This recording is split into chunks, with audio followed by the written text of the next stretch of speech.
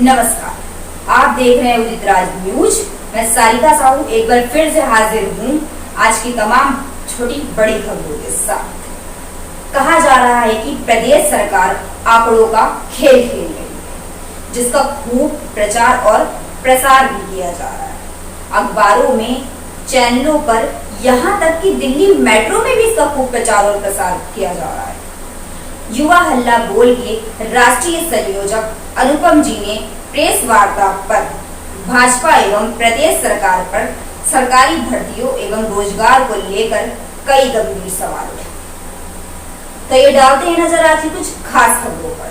तो देखते हैं क्या कहना है युवा हल्ला बोल के राष्ट्रीय संयोजक अनुपम जी का।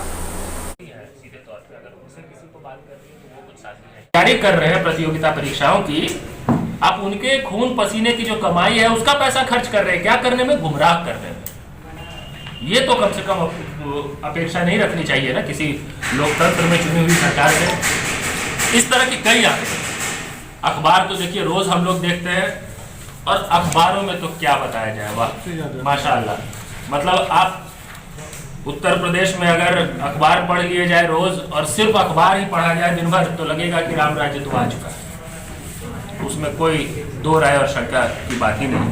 निबंध लिखे जाते हैं, मतलब न्यूज़पेपर रिपोर्ट की जगह निबंध लिखे जाते हैं। जैसे कि ना किसी को निबंध दे दिया गया है कि योगी सरकार ने उत्तर प्रदेश को राम राज्य बना दिया, ये तो गिवन है। अब आप निबंध लिखिए कि कैसे बनाया, उस पर जो है अखबार में रिपोर्ट छपती है। इस पे भी नहीं कि बना कि नहीं बना, बन चुका है। अब आपको जस्टिफाई कर रहा है तो उसके लिए क्या कहानियां बढ़ी जाती हैं। ये हो रहा है। ऐसे कई सारे आंकड़े। अब जो दूसरा महत्वपूर्ण पहलू है, जिसको कहने के बाद हम आगे की जो योजना है युवा हल्ला बोल की, और आगे जो प्रदेश के जो बेरोजगार युवा है, जो शिक्षित बेरोजगार युवा है, वो क्या सोच रहे हैं, क्या कर रहे हैं, उस पर बात करेंगे। दूसरा वो पहलू है, सरकार ने जो कहा है कि 3.25 लाख सरकारी नौकरियां हम 3.5 साल में दे चुके हैं। उसका एक तरह का ब्रेकअप भी वो पेश कर रहे हैं। आपने अगर ध्यान दिया उस ब्रेकअप में ये बताया जा रहा है, ये बहुत महत्वपूर्ण है, ये समझ जाइए। ये उस ब्रेकअप में ये बताया जा रहा है कि उत्तर प्रदेश शासन का जो एक बहुत ही महत्वपूर्ण चयन आयोग है, उत्तर प्रदेश अधीनस्थ सेवा चयन बोर्ड यूपी के जरिए 16,708 नौकरियां उत्तर प्रदेश सरकार ने युवाओं को दे दी। देखिए वैसे तो 16,708 कोई मतलब खुशी से झूमने वाला तो कोई फिगर है नहीं। अगर 16,708 दे दी होती भी तो भी इसमें कहीं से कोई सरकार की बहुत बड़ी उपलब्धि नहीं है कि 3.5 साल में 16,708 नौकरी दे दी। लेकिन सरकार ये बात कह रही है कि 16,708 नौकरियां दिया है। देखिए मुझे याद है कि मुझे जो याद है उससे पहले हम दस्तावेज पर आते हैं। फिर से एक आरटीआई डॉक्यूमेंट। ये आरटीआई में सवाल ये पूछा गया कि उत्तर प्रदेश अधीनस्थ सेवा चयन बोर्ड के अंतर्गत जो भर्ती परीक्षाएं होती हैं, उन भर्ती परीक्षाओं का क्या स्टेटस है। एक रिपोर्ट, इसको ध्यान से समझिए, थोड़ा कंफ्यूजिंग है, इसीलिए 2 तरह की रिपोर्ट आई। एक रिपोर्ट यूपी ने जारी किया, जिसमें यूपी ने बताया कि साल 2016 से लेकर जब तक वो रिपोर्ट आई तब तक 24 यूपी के अंतर्गत भर्तियां आई, और 24 में 22 है जो ओपन एंडेड है। ये यूपी की अपनी रिपोर्ट है। कई लोग कंफ्यूज हो रहे हैं 2 तरह की रिपोर्ट्स में, और क्योंकि ये सब हम लोग अपने कई चैनल से कुछ चीजें इसमें से पहले शेयर कर चुके हैं, जिसके बाद उस पर उत्तर प्रदेश की विपक्ष की पार्टियों की भी बयानबाजी होने लगी है। हम उम्मीद करेंगे कि सत्ता पक्ष की तरफ से भी स्पष्टीकरण आए इस पे। तो एक रिपोर्ट तो ये है।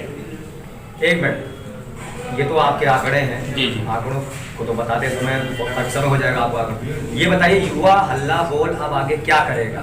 ठीक है, तो नंबर 1, किस तरीके से युवाओं को रोजगार दिलाएगा? जो आंकड़े आप पेश कर रहे हैं, किस तरीके से युवाओं को रोजगार दिलाएगा? और नंबर 2, आप किसको जिम्मेदार मानते हैं?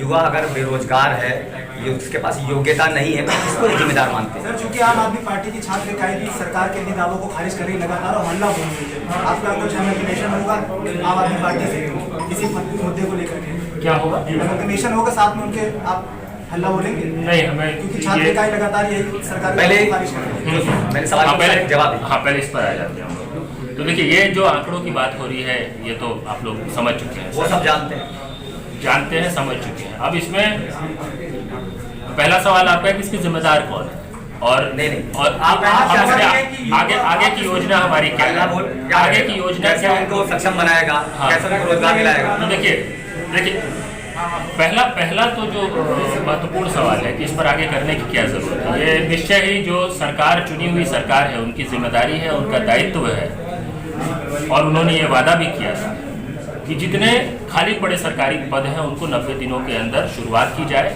और एक युवा हल्ला बोल की मांग ये हमेशा से रही है कि कोई भी सरकारी भर्ती अधिकतम 9 महीने में पूरी होनी चाहिए। हम उसमें रिसर्च करके उसमें थोड़ा बफर टाइम दे के हम 9 महीना गए, 6-7 महीने में हो सकता है। 9 महीने में इसको हम मॉडल एग्जाम कोड कहते हैं, जैसे मॉडल इलेक्शन कोड होता है, तो भर्ती परीक्षाओं के लिए भी एक कोड होना चाहिए जिसका पालन होना चाहिए, जिसका पालन ना होने पर किसी की जवाबदेही तय होनी चाहिए।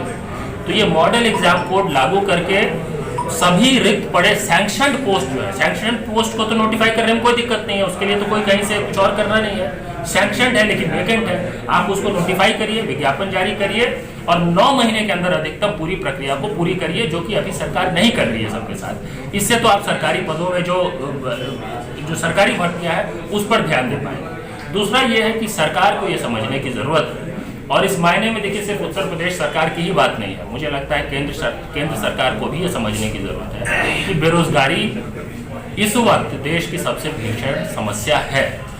सबसे प्रायोरिटी पे, सबसे ज्यादा प्राथमिकता पे अगर किसी मुद्दे को सरकार को लेने की जरूरत है तो वो है बेरोजगारी, और रोजगार को सृजित करने की कोशिश करने की। मुझे ये लगता है कि केंद्र सरकार हो चाहे उत्तर प्रदेश की सरकार हो, उनकी प्रायोरिटीज मिसप्लेस्ड है। रियल प्रॉब्लम ये है। रोजगार तो देखिए हम और आप नहीं देंगे, रोजगार तो सरकार देगी, और हम सरकार पर दबाव बनाएंगे, जो काम हम अभी कर रहे हैं, जो करने के बाद पिछले 1 महीने से, जब से हमने इस डेटा को रखना शुरू किया है, तब से आपने देखा होगा यूपी की तरफ से रोज कुछ ना कुछ आ रहा है। कल भी एक आया है कि किन किन भर्तियों में कितनी खाली पड़े पद है, अपना थोड़ा वो ट्रांसपेरेंसी दिखाने की कोशिश कर रहे हैं, रोज अखबार में कुछ ना कुछ छप रहा है। तो कम से कम इतना हो रहा है कि उन पर कोई ना कोई दबाव इस बात का है कि उत्तर प्रदेश के जो बेरोजगार शिक्षित युवा है वो जागरूक हो रहे हैं, वो इस बात को लेकर सवाल कर रहे हैं, और आगे कुछ ना कुछ इस पर कुछ बड़ा कर सकते हैं जिससे सरकार की छवि पर असर पड़ सकता है। तो सरकार इसको लेकर मुझे लगता है चिंतित हो रही है, लेकिन सफिशिएंट अभी भी नहीं कर रही है। सफिशिएंट ये होगा कि आप तुरंत सभी भर्ती परीक्षाओं का कैलेंडर जारी करें, जितने भी आयोग, लोक सेवा आयोग हो, UPSSC हो, जितने भी भर्तियां हैं, शिक्षक भर्ती हो, सिपाही भर्ती हो, सबका कैलेंडर जारी करें और उस कैलेंडर का पालन पूरी प्रतिबद्धता के साथ करें। ये सरकार को करने की जरूरत है, और बेरोजगारी को टॉप प्रायोरिटी पर गंभीर समस्या लेते हुए इस पर काम करने की जरूरत है। युवा हल्ला बोल इस पर क्या करेगा? देखिए, युवा हल्ला बोल की शुरुआत ही हुई थी, अगर जो लोग इन्फॉर्म्ड होंगे, जब देशव्यापी SSC एजिटेशन हुआ। SSC में जब स्कैम हुआ था 2018 में, आपको याद होगा, लखनऊ इलाहाबाद सब जगह प्रदर्शन हो रहे थे। हमारे साथी राजेश भाई बहुत बढ़ चढ़ के इलाहाबाद और पूर्वांचल के इलाकों में सक्रिय थे, गौरव भाई सक्रिय थे, सब लोग पटना में, ग्वालियर में, हर जगह पूरा प्रदर्शन किया। जिसके बाद सुप्रीम कोर्ट में मामला गया, हम लोग उसको ले गए और CBI इन्वेस्टिगेशन उस पर हुआ। अंततः क्या हुआ ये हम सब ने देखा है, उसकी कहानी भी लंबी है, उस पर अभी नहीं जाएंगे। लेकिन इस आंदोलन की शुरुआत ही किसी राउंड टेबल पे बैठ के युवा हल्ला बोल की संगठन की शुरुआत नहीं होती, एक आंदोलन से इसकी शुरुआत हुई। इस आंदोलन की कॉन्स्टिट्यूएंसी वही है जिसकी बात हम आज कर रहे हैं, ये job aspiring off campus youth. मैं एक शब्द में अगर आपको, off campus job aspiring youth, जो देश में बहुत बड़ा सेक्शन है, बहुत बड़ा वॉल्यूम है, लेकिन उनकी बात नहीं हो रही है। बात होती भी है तो जो कैंपस पे यूथ है उसको तो पॉलिटिकल पार्टियां ऑर्गेनाइज करती हैं। युवा हल्ला बोल क्या करेगा ये शॉर्टकट में बता दीजिए। लेकिन युवा हल्ला बोल ये जो वर्ग है, इसको लेकर जो हमारी मांग है कि देश भर में जितने भी सरकारी पद खाली पड़े हुए हैं, रोजगार का अधिकार होना चाहिए। जिस तरह से रूरल एम्प्लॉयमेंट एक्ट है, अर्बन होना चाहिए, अर्बन भी होना चाहिए, उसको यूनिवर्सलाइज करने की जरूरत है। और इस टाइम बाउंड फेयर रिक्रूटमेंट होना चाहिए। इसको लेकर हम देश भर के ऐसे सभी अभ्यर्थी समूहों को एकजुट कर रहे हैं, उत्तर प्रदेश में भी कर रहे हैं। आज की प्रेस वार्ता इसलिए हो रही है क्योंकि UPSSC के अभ्यर्थी जितने हैं, जो समूह है, वो लोग सब एकजुट होकर इस पर बात करने की कोशिश कर रहे हैं। और इसको अगर सरकार इस पर त्वरित कार्रवाई नहीं करती है तो निश्चित ही सड़क पर उतरकर इसको और मजबूती से उठाने की कोशिश होगी। लखनऊ ही नहीं, उत्तर प्रदेश ही नहीं, अन्य राज्यों में भी और दिल्ली में भी। तो ये थी उदित राज न्यूज से संवाददाता प्रभात कश्यप की खास रिपोर्ट। तो फिर मिलते हैं आपसे एक नई अपडेट के साथ, तब तक हमारे साथ जुड़े रहिए और देखते रहिए उदित राज न्यूज। मैं सारिका साहू आपसे इजाजत चाहती हूँ। धन्यवाद।